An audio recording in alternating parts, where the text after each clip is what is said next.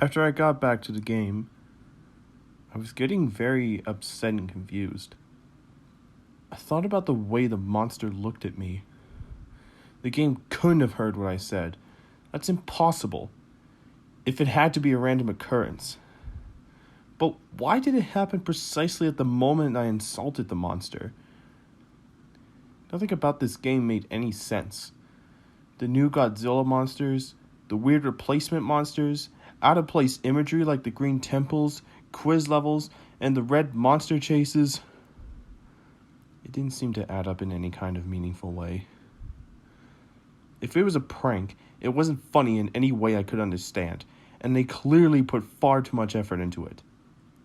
If they were trying to make a genuine sequel with new Godzilla monsters, then why did they add everything else? Maybe it was some kind of art experiment? Some group project made by a bunch of really talented and crazy people, and they lost a cartridge somehow? Or maybe they intended for some random person to find it? It was all just fruitless guessing, as far as I could tell.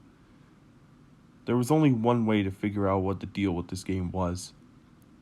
To play it through to the end.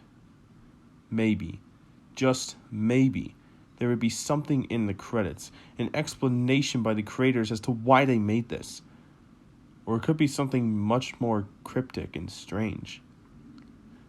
Maybe even something horrifying. Before I got a good look at the Dementia board, I considered replaying Trance to see if the red monster would look at me again, but I decided against it. I wanted to keep moving forward. I was also somewhat worried that backtracking might cause the game to become even more strange. The Dementia board music sounded a lot like the Saturn music, except it was slowed down and played with a piano-sounding instrument. Like most of these new map themes, it had a dangerous, suspenseful feel. While listening to the music, I looked at the Dementia board. There were 4 boss monsters this time: Space Godzilla, Manda, Gigan, and Baragon. I was surprised that there were 2 new Toho monsters this time, but the best surprise was still to come. I started the quiz level. Here's another list of results in the same format as the last one. Can you swim? Yes. Do you like fish? Yes. Can penguins fly? No. Can it spin in all directions? There was no clarification of what face meant by it, so I just guessed no. Do you breathe oxygen? Yes. Does it taste good when you bite a woman? I don't know who came up with this question, but I really hope they're getting mental help. No. Is it night where you are? Yes. Do you like cats? Yes. Is water wet? Yes. Have you ever broken a bone? No. Do you like your job? Yes. Would you like a new monster? I wasn't entirely sure at the time what Face meant by new monster, but I couldn't resist answering yes, just to see what would happen. The result was mind-blowing. The game took me back to the board, and I had a new playable monster in the form of Anguirus. Ever since I was a kid, I always wanted to play as Anguirus, since he was my second favorite Godzilla monster. And plus, I never liked Mothra all that much. I moved my new Anguirus piece over to the level right next to it, eager to test out my new monster. Before I get into the level description, I'll talk about Anguirus a bit. Using the up and down buttons, you could choose whether Anguirus stood in a bipedal stance or crawled around on all 4s. It wasn't a huge difference, but being able to stand was helpful in boss fights, and crawling sometimes helped dodge obstacles and attacks. He could punch and kick like Godzilla, but no tail whip. Instead, he had something far more interesting: the ability to curl up into a spiked ball of death and roll around. You could still take damage, but it was lessened. It was a good way of clearing out stage enemies, but unfortunately doing this also drained the power bar. But the spiked ball wasn't his only special ability. When you press start, he would fire a beam of energy from his mouth. It resembled Titanosaurus' sonar attack, and if this were a hack, it may have been inspired by the roar attack from Atari's Godzilla fighting games. Also of note is that when playing as Anguirus, the level meter gets glitched up. Judging by the life and power bar, I'd say he's on level 10. Now on to the level. As you might have guessed from the level icon, these levels are green palette swaps of the ground and background tiles from the Blue Mountains. But what immediately caught my attention was the water, which has a transparency effect. Was that even possible for an NES game? I know the Super Nintendo could do it, but I had never seen a transparency effect in a game on an NES. The Green Mountains music was played with the same instrument as the Blue Mountains, but the melody was totally different. It was a very simple song with a lot of abrupt pauses, followed by a loud note every few seconds. Anyway, I went through the usual strolling through the level, and again, there were no monsters or anything. But pretty soon I had reached a cliff above the water. There was nowhere to go but into the water, so down I went. The water transparency made things a bit harder to see, but it's tolerable. After going underwater, I encountered two new enemies, a giant piranha and some kind of spiky bottom feeder thing. I liked the piranha because I could easily tell what it was. It was a sane enemy design that would appear in a real game, and there were very few enemies like this. They didn't take much hits to kill, but they were quite annoying, and could considerably trim down your life if they get close enough. They also tend to travel in packs. As for the bottom feeders, they're easy to deal with. They swim along the bottom of the screen towards you, and are easily crushed with the roll attack, or jumped over. In the screen cap, you can see me about to run one of them over, and there's a pack of piranha behind it. After I beat that level, I moved Godzilla onto the blue castle icon. I started the level, and I got a title screen with the text, "Unforgiving Cold." The level itself looked like a castle dungeon made of blue bricks with rows of identical white statue faces on the walls. These statue faces had a permanent look of horror on their faces. There was also some flickering gray static, which didn't really obscure my vision, but it adds to the very unsettling mood of these levels. The music was a 12-second loop of a low-pitched choir vocalizing that sounded very familiar to me. Whenever I played through one of these levels, I got this sudden, horrible feeling of anxiety. I had the feeling that the farther I progressed through the level, the closer I was getting to something unspeakably evil. There weren't any enemies, but these were some of the longest levels in the game. I only played one level, but it took 7 minutes to complete. I didn't want to admit it to myself at the time, but I realized something playing the Blue Castle level. This game has the power to make the player feel certain things. I don't mean in the sense that you get irritated playing a crappy game, or get unnerved by something scary in a game. What I mean is that certain events in this game can instantly make you start feeling something. I know that sounds completely insane. I don't blame you for not believing me. I wouldn't believe any of this either if I didn't play the game myself. But there is something very, very wrong with this game, and I still don't know how to explain it. So, then it was time to fight Baragon's replacement. Although Baragon was originally the smallest monster in the game, his replacement was the largest. It was so tall, in fact, that the ground was noticeably lowered, and not Baragon's head still barely avoided collision with the bar at the top of the screen. And he was just as frighteningly bizarre as he was huge. You may be wondering how he attacks without arms. Well, he has the most powerful kick in the game, but his other fighting technique is much stranger. First, he blasts a cloudy breath of pixels down at you, which causes you to freeze. Then he walks back to the right corner of the screen and extends a huge Gatling gun from his abdomen. That might seem amusing to you, but it certainly wasn't to me, when I was playing the game. This attack is almost as annoying as Gigan's Saw, and not Baragon could have been unbeatable if he consistently used it. Thankfully, he only did it twice while fighting it. Once you unfreeze, you can run up and start damaging the gun, which does extra damage to him. This helped me to destroy him, and then it was time to play the third level type. I decided that I was going to use Anguirus to fight Manda and Gigan, and then fight Space Godzilla as Godzilla. It was only fitting. Before getting into the battles, I'll describe the third level type, the Arctic. The Arctic is exactly what you'd guess from the name, an icy tundra with a few watery segments. The music reminded me a bit of Northern Hemispheres from Donkey Kong Country in 8-bit form.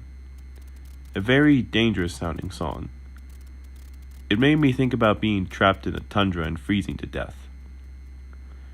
There were 2 new enemies in this stage. The first was a creature frozen in a block of ice. They block your way, and you have to use the heat beam to thaw them out of the ice. They look a bit like a smaller version of Not Godzilla, only without the eye. When freed, they do a strange crawling movement and push you backwards. It doesn't cause any damage, but it's a bit annoying.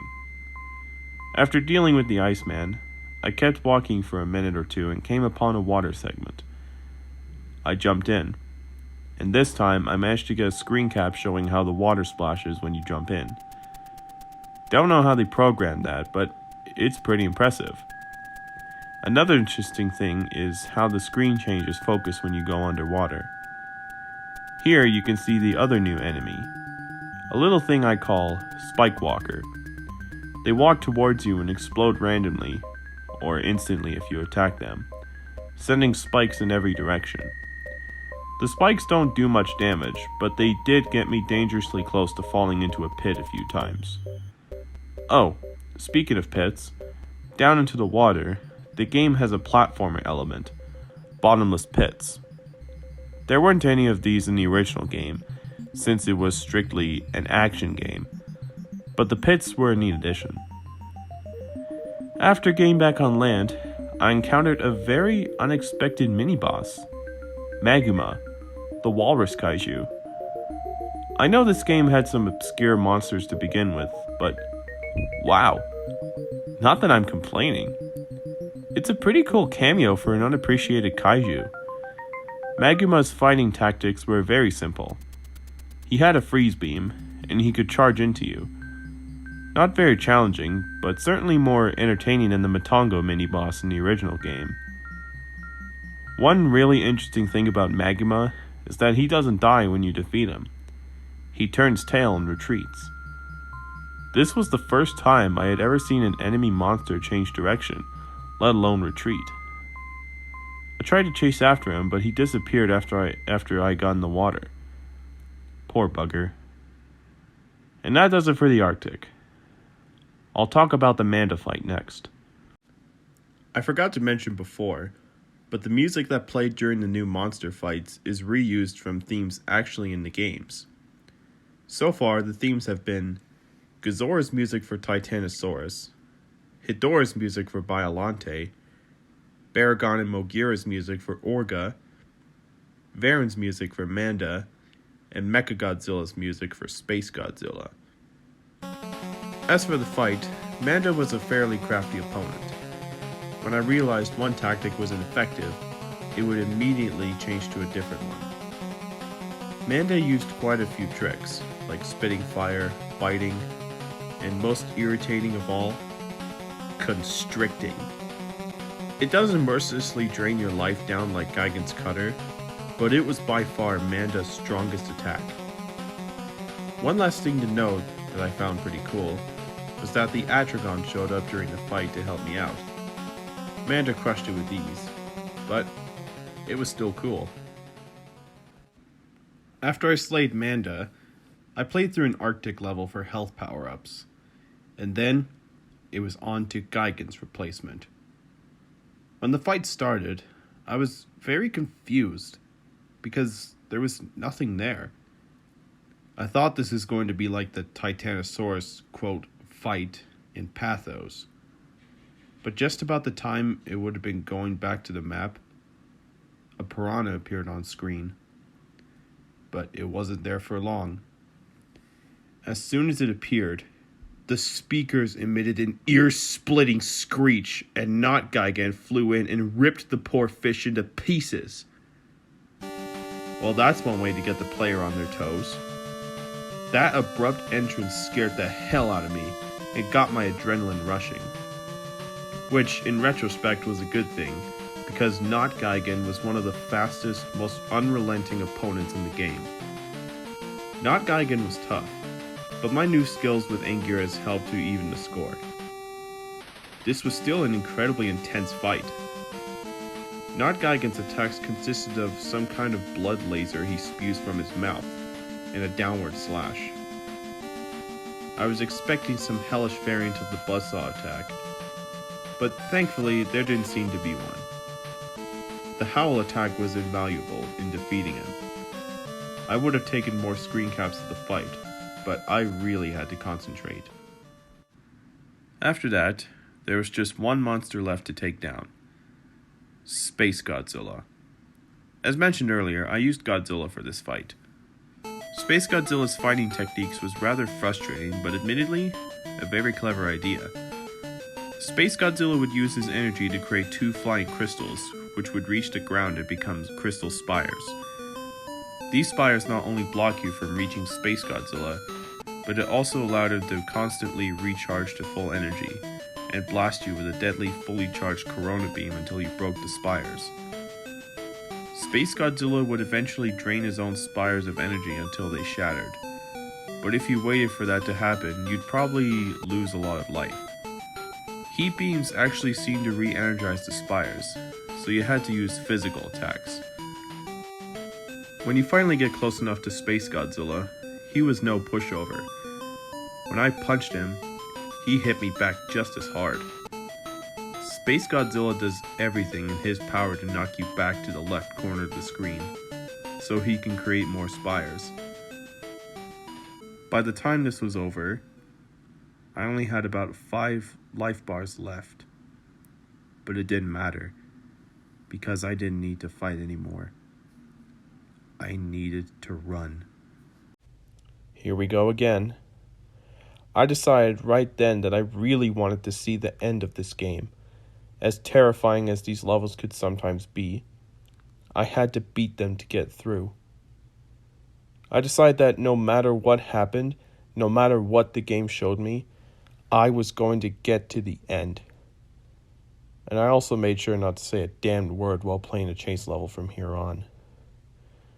For this chase, I tried out Anguirus, since his roll attack allowed me to move faster than Godzilla or Mothra.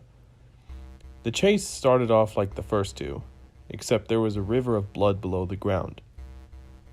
I was beginning to get the hang of it, and the extra speed from the roll helped me get an edge on the red monster, especially since I didn't have to worry about a power limit, and could keep rolling endlessly. Like the previous levels with water, the ground inevitably reached a stop, so I rolled off into the blood. To my surprise, the hell beast didn't follow after me. It just stopped at the edge of the ground and grimaced. I guess it can't swim, thought to myself. So I went under blood and continued moving. There wasn't anything around, but I knew something was up. The chase wasn't going to end that easily. Could it? Surely something else had to show up, and sure enough, I heard the bellowing roar, sounding slightly different. And the monster was following after me in a new aquatic body. I had no idea it was a shapeshifter. After it reappeared, the chase started to get into the difficulty I had expected. Being submerged slowed me down, putting me and the beast at about the same speed. The only thing that would keep me alive was fast thinking and reflexes. I encountered some bottomless pits in which mines floated up from. I assumed that if you hit one, it would damage you and knock you back, considering how fast the red monster swims. Hitting the mines would be instant death, so I went through great effort to avoid them. But that wasn't all I had to be wary of. Halfway through the chase, the hell beast revealed yet another surprise. A tentacle formed of intestine and tipped with a claw set of jaws burst from its mouth, trying to pull me in and devour me. I only barely avoided both the tentacle and the mines, but I could tell the beast was getting desperate because the chase was nearly over. And about a minute later, I spotted a bit of ground that served as the exit. I leaped with all the might I could muster, without breaking my controller. The beast screamed with rage and jumped out of the blood river in one last attempt to drag me down. But I escaped its grasp, this time. I fell back on my bed and took a deep breath, satisfied with yet another successful escape. Now I was headed to the fifth world, entropy.